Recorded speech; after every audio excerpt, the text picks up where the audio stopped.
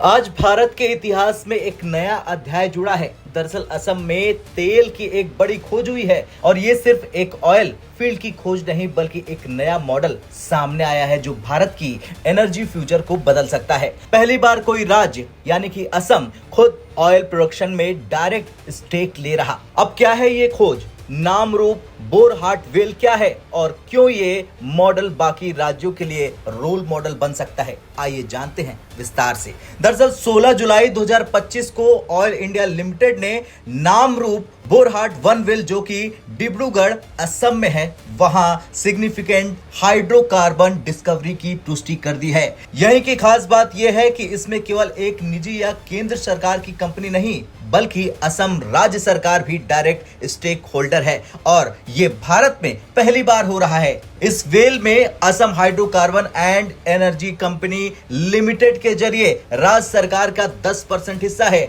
अब ये इसलिए खास मॉडल है क्योंकि ये पारंपरिक रूप से राज्य सरकारें केवल रॉयल्टी और टैक्स कमाती थी, लेकिन अब प्रॉफिट भी मिलेगा। इसका मतलब है कि tax plus royalty plus direct मुनाफा, और जब राज्य का खुद का पैसा लगा हो तो वो और तेजी से परमिट देगा। जमीन अधिग्रहण हुआ और इन्वेस्टमेंट लाया गया, यही हुआ असम में।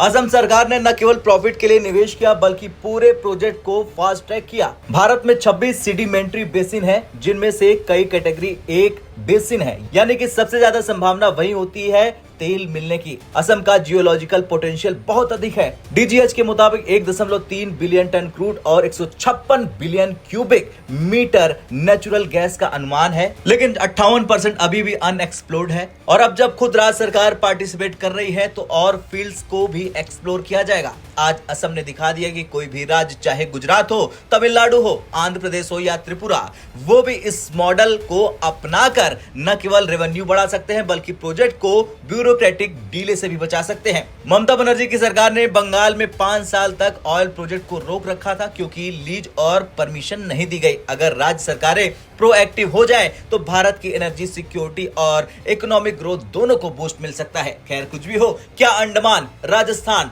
त्रिपुरा, मणिपुर में भी ये मॉडल अपनाया जा सकता है? बिल्कुल हाँ। अगर राज्य सरकारें ऑयल ब्लॉक्स में हिस्सेदारी लें और कंपनियों को इंसेंटिव दे तो देश की डोमेस्टिकल ऑयल प्रोडक्शन में बूम आ सकता है। असम का ये प्रयोग एक किंजल पॉइंट की तरह है जो भविष्य में भारत की ऑयल पॉलिसी की दिशा तय कर सकती है।